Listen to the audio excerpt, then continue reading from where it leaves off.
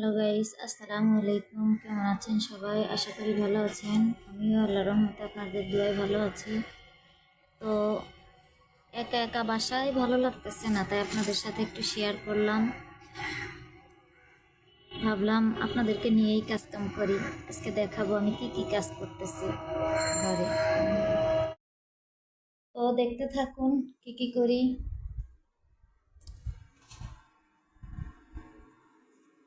টুকিটাকি কাজ কাম শেষের পথে প্রায়।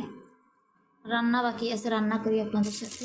ঘর মোছা, কাপড় ধোয়া সব কিছুই শেষ। ঘর ঝাড়ু দেওয়া আর রান্নাটা আপনাদের সাথে করব।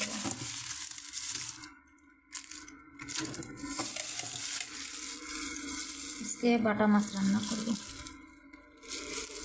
আমাদের খুলনা বাগেরহাটে বলে বাটা মাছ। বাটা মাছ বলে না, ঢাকা বলে বাটা মাছ, আর খুলনা বাগেরহাটে এটাকে বলে পার্শে মাছ।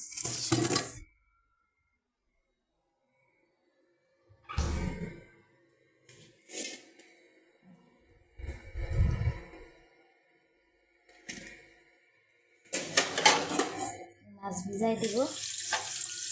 মাছ ভিজাই থালা বাসন এগুলো পরিষ্কার করব।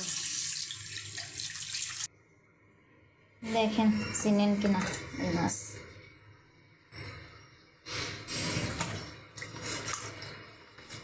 আমরা হয়েছি ফ্যামিলিতে চারজন।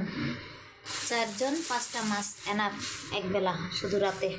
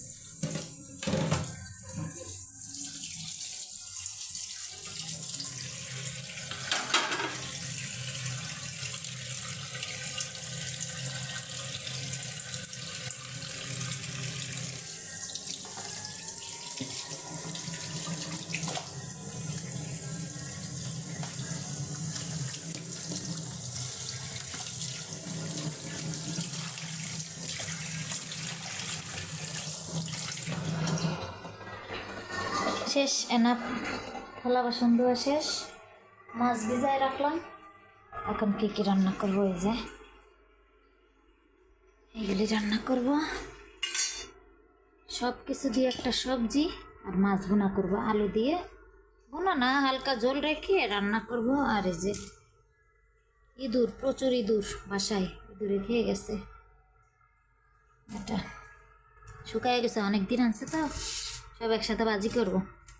মূলা, টমেটো, ফুলকপি, বেগুন একসাথে, রসুন, পেঁয়াজ রসুন কুটাকাটি করব।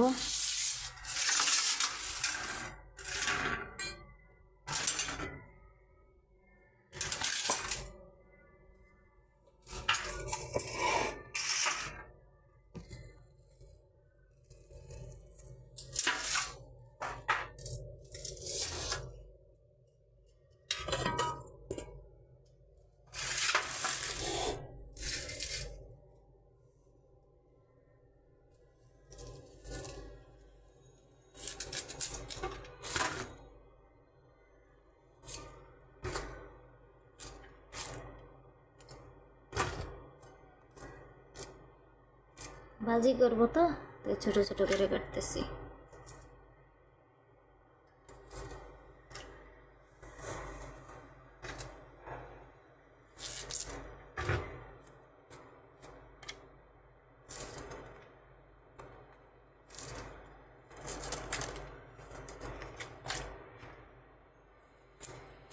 সব কিছু দিয়ে একসাথে ভাজি করবো আর কি, চিংড়ি মাছ দিয়ে। চিংড়ি মাছটা পরেই বের করি, চিংড়ি মাছ তো ভিজতে দেরি লাগে না, এর জন্য।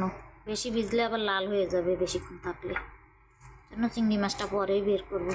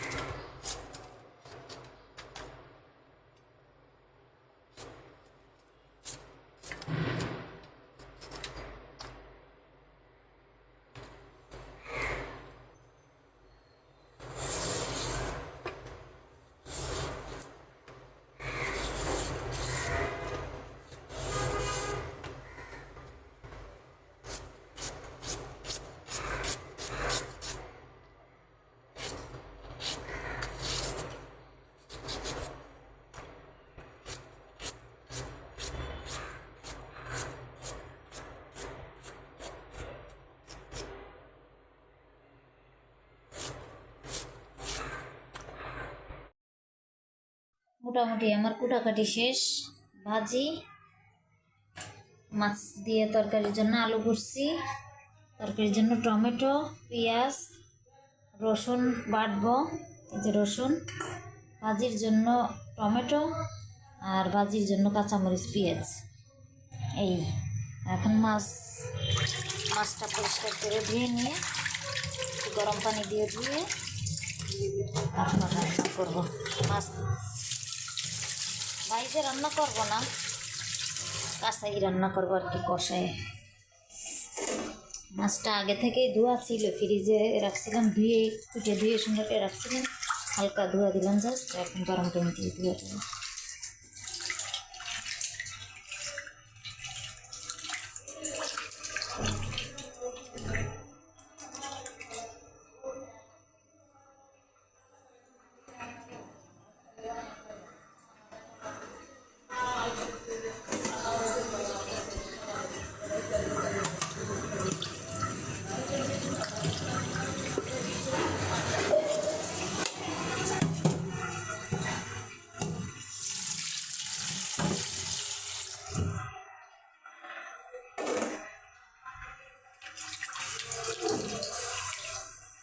ডিম বের হয়ে যাচ্ছে, এটা ডিম সব।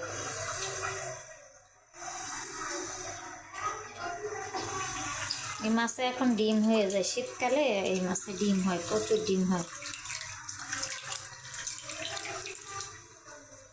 নরম ধানের শীষগুলা খাইলে, কচি ধানের শীষগুলা খাইলে এগুলার পেটে ডিম হয়, এরকম অনেক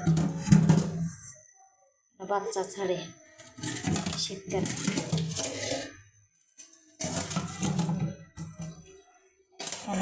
মাছ ধোয়া শেষ।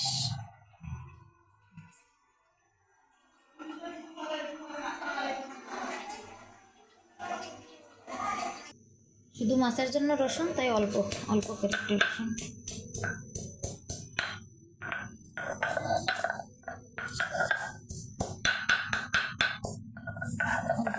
রসুন বাটা দিব।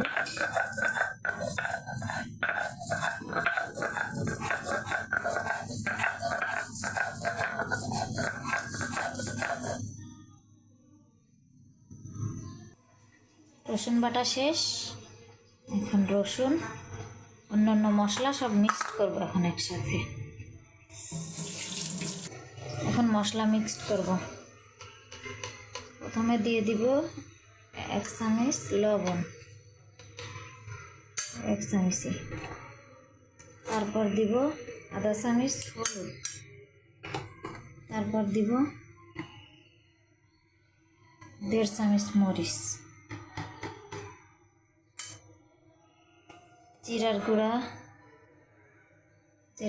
দিব আধা চামচ, রসুন একটু পানি মিক্স করে দিব, মশলাটা মিক্স করে দেব। এভাবে মশলাটা দিয়ে রান্না করলে অনেক মজা লাগে তরকারি।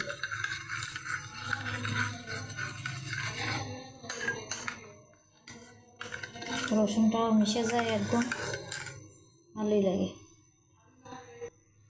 মশলা রেডি, এখন রান্না বসাই দিব। কড়াইতে রান্না করি, আগে মাছটাই রান্না করি। কড়াইতে তেল দিয়ে দিব, কড়াই গরম হয়ে গেছে।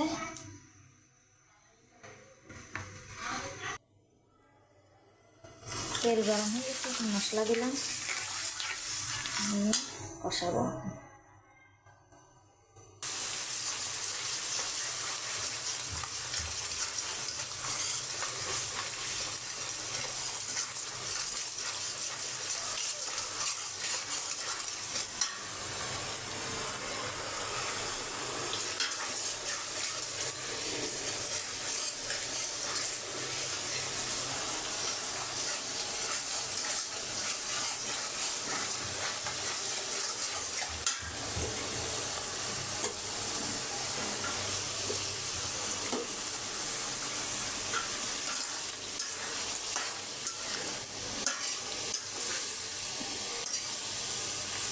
মাছ 5টা রাখলাম, 6টা হয়ে গেল কিভাবে? মাছ তো 6টাই, এখানে জানি না, বরকত দিছে আল্লাহ।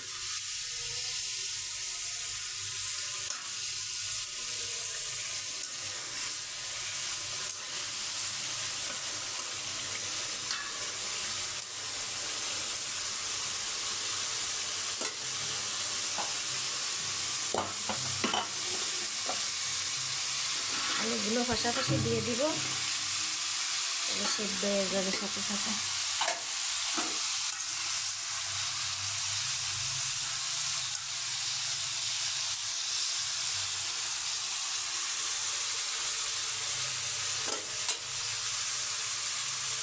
ঢেকে দিব।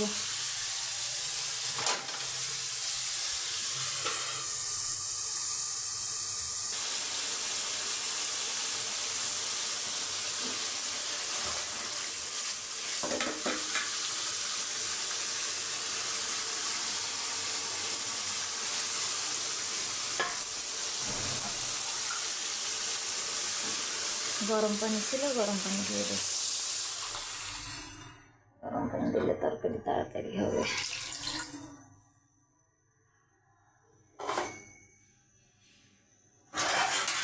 ঢাকনাটা বেশি ছোট হয়ে গেছে, দিয়ে রেখে। তরকারি হয়ে গেছে, এখন তরকারিটা নামাবো। নামালাম তরকারি, এখন ভাজি বসাবো। ভাজির জন্য তেল দিচ্ছি।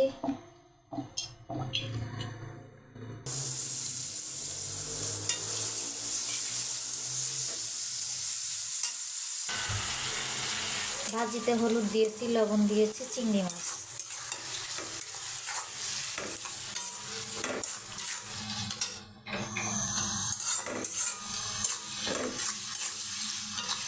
কিছুক্ষণ নেড়ে চেড়ে দিয়ে ভাজিতে দিয়ে দিব। হয়ে গেছে, পেঁয়াজ লাড়াচাড়া দিচ্ছি, এখন ভাজি দিয়ে দেব কাটা সবজিগুলো।